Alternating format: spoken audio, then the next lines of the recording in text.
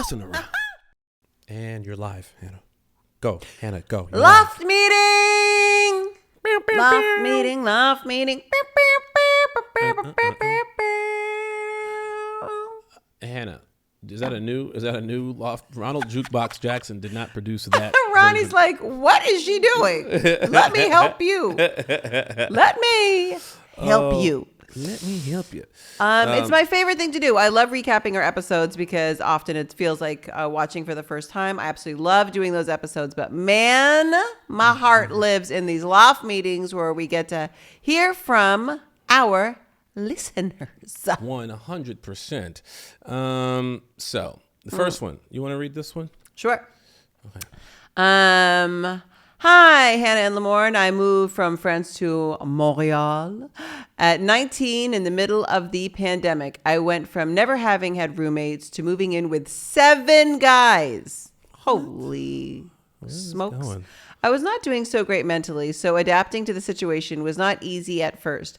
But New Girl is one of the things that helped me get comfortable in this new country and with my new roommates. We would put the show on in the living room TV and people would join in little by little. I'm kind of anxious people that watch the same show on a loop, so I had already watched New Girl probably 2 or 3 times by then, but it was so nice to watch some of my roommates discover the show for the first time. After 5 months of living together, I got in a relationship with one of the 7 roommates, and we laughed a lot at the similarities with Jess and Nick's situation and personalities. We've now been together for 3.5 years, still going strong with 2 cats, one of which is named Bear. Oh, hello, Hannah. Hello. I see you. I appreciate that. I love listening to the podcast and reporting to all the nice little anecdotes you guys share back. I am curious to know how much of the plot did you know when you first started, like the big picture, who would end up with who, or how fast did you learn about the direction your characters were headed towards? I got so excited about the bear, but I inhaled air so strongly, and now I'm coughing. We do know Winston took very long to be figured out, but what about the others? P.S. As someone living there, it's hilarious to hear about how Lamorne sees Montreal. I forgot about that rant you did. I was going to mention that when she said she was living in Montreal. I was about to mention God, that you really went in on Montreal. Well, look at what happened. She moved into a place with 7 different dudes and obviously started dating one of them. What she's leaving out is that she probably tried a couple. She probably was like, Dean is okay, not for me anymore. Barry over there, yeah, he was nice, but he was a little mean and jealous. And so then she ended up with her guy, and then it worked out. But let me tell you something. What? They weird, they freaky over there. I'm trying to tell you, I know what this is. Okay, do you know what it's giving though? Snow White and the 7 Dwarfs. Yes. Her and Sneezy ended up together. Just moving in and just being like, all right, well, look, that's as good of a dating pool as you're going to get. Yes. You're just sitting there. I get to watch your true, behaviors and habits behind closed doors, literally. And then I picked the one I like.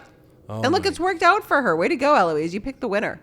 Oh my! You got it. But also, welcome to the life of a woman. But it feels quite brave. Yeah. To move in with 7 men. Oh, first of all, where do you live? Where is it? A mansion? What is this? Is there 7? Was there 8 bedrooms? Yeah. What is this? Hannah's house? I have so many questions. Oh my God. About that, Eloise, you need to let us know about these sleeping arrangements and how did it work? Were there sometimes they're bunk rooms where there's 2 bunk beds? Was it like that situation? Just 3 bedrooms. Eloise had her own, and then the 7 guys were in 2 bunk rooms. Yeah, that's what I think was happening. It was they're all struggling. Was this a Craigslist find? What's going on? I need more information, Eloise. I am grateful though that a show about roommates and where it was one girl and mostly men that she found some sort of solace. Yeah. Oh, 100%. And comfort in New Girl. That's cool. Oh yeah. 100%. So the questions were, how much of the plot did you know when you first started? None. 0. Zip. Yeah, I mean, we knew of the, you read it. Obviously, you have to read the first episode because you got to go. Yeah, but during week to week. But the big picture, I don't think they knew. They didn't know. They're writing year round, damn near. Yeah, week to week. It's not like a mini series or English shows where they situation. write the whole first season and write all the episodes and do all that like they do Nope. on HBO and stuff too. They're like changing that, in real time. That's right, real time. So I always say that was one of my favorite things actually about doing a network sitcom, because it's kind of like life. Mm-hmm. It's not like, oh, in 3 months I'm going to break up with this person and then this other person's going to walk into my life. And so as an actor, I found it actually really helpful, because like when I did the pilot, there's no way or world that I ever think that Cece and Schmidt were going to end up together. I truly did not see that as like a spark. And then when episode 4 came, Cece crashes, it was really fun to play because, there's nothing that was tipping the hat in the first 3 episodes where like I had that in my mind because I didn't know that was going to happen. Yeah. Yeah. For me, I just had a general sense of, I knew it was going to be that type of thing where people would get together, they wouldn't, but I didn't know anything. And as you could see, I didn't know anything about my character. I don't think anybody did. And we went down this hole of, dating and who is he dating, where does he work, all these different jobs. So you truly never really know. Eloise, thank you for that. And, good luck with this guy. Bon chance. You're about 22. She's probably 20. No, how old is she now? 22, 23, 24, something like that. You guys are going to find out, that you're not right for each other. And then you're going to go back to the 7 dwarfs. And then maybe it's going to be Sleepy you're going to find yourself with. I'm kidding. Please, you guys, stay together. Stay together forever. Stay together. Keep the love. For the cats. For the cats. Okay. Hi, y'all. My name is Anne Marie. And I started watching New Girl in 2020 in the trenches of COVID. Since then, it has become my comfort show, and I quote it on a daily. I love asking people if they've watched the show and sharing memories of our favorite episodes. Anyway, I'm a little behind on listening to the podcast, shame on you, and just listened to the recap of A Father's Love. I'm embarrassed to admit that I too, Hannah, get out of my car and let someone park for me. Responsible choice. Oh my gosh. Faith in humanity. It was my first week in college. I hadn't had my own car long, and only street parking was available. I'm not a self-proclaimed terrible driver, but I used to not be able to parallel park my car to save my life. I saw a runner on the sidewalk who I absolutely did not know and yelled from my car window asking if he could help me. Leaving the entirety of my belongings in my car, I got out and stood on the sidewalk while this stranger parallel parked my car for me. When he was parked, he turned off my car, handed me my keys, and went about his run. The trust in humanity is real. What did I just say? Yeah. Faith in humanity, trust in humanity. Mm-hmm. Almost 10 years later, I still haven't told my parents that story because I'm afraid of their reaction. You will be shamed. Just Anne Marie, just know you will be shamed. That man's name is Luigi. Anyway, thanks so much for listening to my story and being so relatable while doing this podcast. I'm so glad y'all are doing this. Have a great day, Anne Marie. You're glad we're doing this, and I'm glad you're still alive.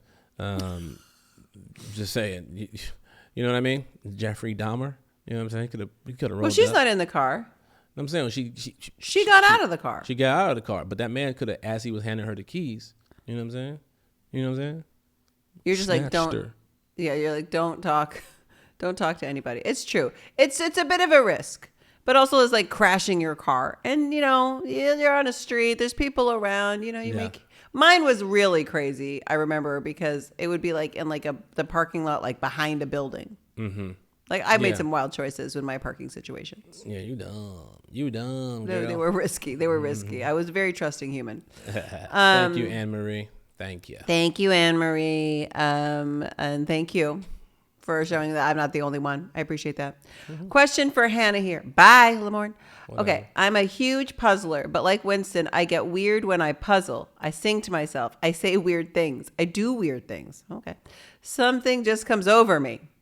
Hannah, do you get weird when you puzzle? I feel like all of us puzzlers have some Winston in us. From Sarah. So here's the thing. It's been the holidays. Okay.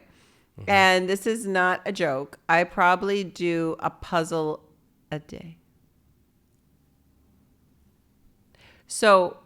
Oh my gosh. I will like at 8 or 9 o'clock at night open up like a 550 Hannah, a day? Like you a do one puzzle a 550, day? and I will do that 550 piece puzzle. Who's raising your before I go to children? bed at 11 o'clock.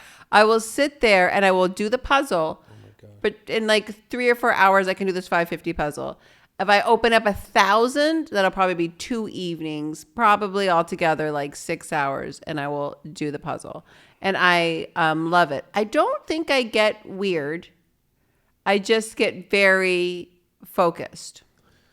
It does make me think, and I've thought about it a lot because I've done so many puzzles this particular holiday season, that I have what I think is a multi-million-dollar idea for a puzzle company for the extreme puzzlers. And I'm actually thinking of like maybe doing it.